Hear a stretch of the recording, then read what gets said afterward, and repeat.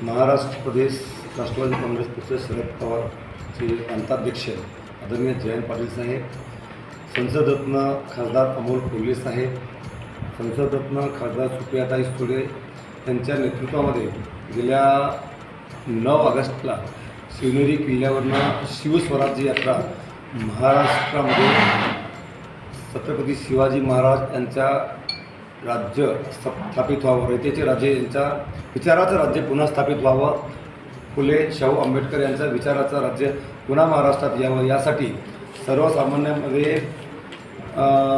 एक मेसेज आपल्या विचारांचा जावो आणि मागल्या घटनामध्ये ज्या 2.5 वर्षामध्ये महाराष्ट्रात घडला आहे तोडीफोडीचं राजकारण हे पुन्हा ह्या राज्याला शोभणारं नाही आहे, हे जनतेपर्यंत मेसेज देण्यासाठी ही यात्रा सुरुवात झालेली आहे. जिल्ह्यात कुठे कुठे ही सभा होणार आहे? आपल्या भंडारा जिल्ह्यामध्ये तुमसरपासून यात्रा सुरू होईल. म्हणजे भंडारा जिल्ह्यामध्ये तुमसर असेल आणि गोंदिया जिल्ह्यामध्ये तिरोडा मध्ये आपली एक सभा होणार आहे त्याची, आणि तिरोडा होते ते मग मोरगाव औजला जाणार आहेत आणि मोरगाव औजीनंतर हे गडचिरोलीला प्रस्थान करणार आहेत. मोटरसायकलची रॅलीची व्यवस्था केली आहे, काय नियोजन आहे त्या दिवशी? हो, आमच्या विधानसभेला नवेगाव जे गाव आहे हे आमच्या विधानसभाचं पहिलं गाव आहे, त्यामुळे नवेगावला त्यांचा पहिला वेलकम गेट असेल. तिथं एक जवळपास 250-300 गाड्या तिथं त्यांचं वेलकम रॅलीसाठी राहणार आहेत. आमचे किमान 300 कार्यकर्ते तिथे उपस्थित राहणार आहेत. दुसरा स्वागताचा कार्यक्रम बिरसी फाट्यावरती आहे.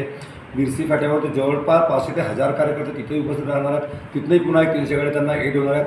असा एक 600-700 मोटरसायकलची रॅली त्यांना सोबत घेत ही तिरोडामध्ये आमच्या शहर होत ड्रीम गार्डन लॉनमध्ये पदार्पण करणार आहे. त्याचे काम सुरू करायची मागणी करत आहेत, मात्र ते अद्यापही झालं नाही. त्यांनी हे स्टंटबाजी केली की काय सांगणार? हे जे 2 दिवसाच्या अगोदर आपण बघितलं असाल की कोरगाव इथे आपल्या तिरोडा विधानसभाचे आमदार विजयभाऊ रांगडाले आणि जिल्हा परिषदचे अध्यक्ष आपल्या स्थानिक कार्यकर्त्यांना घेऊन रस्त्यावरती बसून जे आंदोलन करून राहिले आहेत, हा कम्प्लिटली जनतेला मूर्ख बनवण्याचा एक प्लॅन आहे फक्त. कारण की मागच्या ह्या काही 1-1.5 महिन्यामध्ये भ्रष्टाचाराचे अनेक विषय बाहेर आले आहेत, त्यामुळे ते निराश झाले होते आणि त्यांना असं वाटू लागलं होतं की एक वातावरण तिरोडा विधानसभेत त्यांच्या विरोधात चाललेलं आहे आणि म्हणून आता कुठंतरी आपणही जनतेसोबत आहो, अधिकारी आपलं ऐकत नाही आहे, कॉन्ट्रॅक्टर आपलं ऐकत नाही आहे, या प्रकारच्या वातावरण निर्मिती करण्याचा प्रयत्न ते करून राहिले आहे. तर माझं हे म्हणणं आहे की बाबा, सरकार तुमचं आहे, केंद्रात सरकार तुमचं आहे, महाराष्ट्रात तुम्ही स्वतः आमदार आहे 10 वर्षापासून.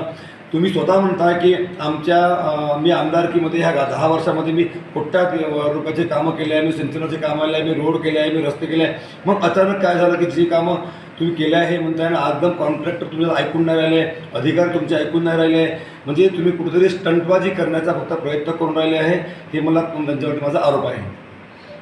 ज्या ठिकाणी आम्ही कार्यक्रमाची व्यवस्था केली आहे त्या जागेवरती जवळपास 5000 चेअर्स आम्ही लावलेल्या आहेत, म्हणजे किमान 5000 कार्यकर्ते येतील असं मला पूर्ण विश्वास आहे. त्यापेक्षाही जास्त आले तर यामध्ये आपण अतिशयोक्ती होणार नाही असं मला वाटतं.